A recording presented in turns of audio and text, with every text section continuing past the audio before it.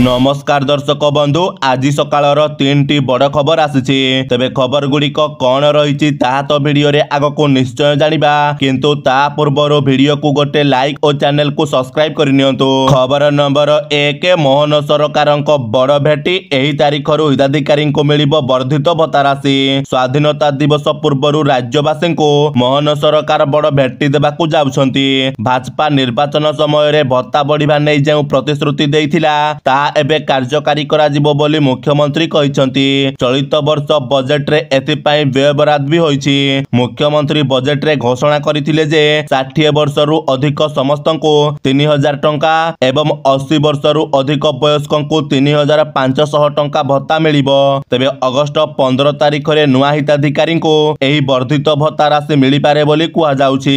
हेले एहा को नै ए जाय कोनोसी सरकारी घोषणा होई नाही। खबर नंबर 2 सुभद्रा योजना को नहीं मंत्री बड़ बयान लोकों मतामत पर सार्वजनीन हेब एसओपी। सुभद्रा योजनार एसओपी को नहीं उपमुख्यमंत्री प्रभाती परिडा बड़ सूचना देइछंती। से कहिछंती जे सुभद्रा योजना पई एसओपी प्रस्तुत सरिछि खाली लोकों मतामत को अपेक्षा करा जाइछि। सारा राज्य रे 10टी क्लस्टर रे लोकमानक ठारो मतामत निया जाउछि।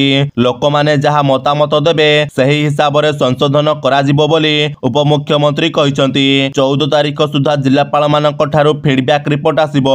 लोकंक मतामत परे एसओपी रे संशोधन होई सार्वजनीन करा जिवो। सेप्टेम्बर 17 तारिख रे प्रधानमंत्री द्वारा हिताधिकारी को सुभद्रा योजनार टंका दिया जिबा नै उपमुख्यमंत्री प्रभाती परिडा सूचना दैछंती। खबर नंबर 3 नव दास हत्याकांडर खोलिबो गुमर पुनः तदंत करबा को निष्पत्ति नैछंती बीजेपी सरकार। पुणी नव दास को हत्या मामलार गुमर को लोकंक सामना को आनिबा को बीजेपी सरकार पुनः एही मामलार तदंत करबा को निष्पत्ति नैछंती।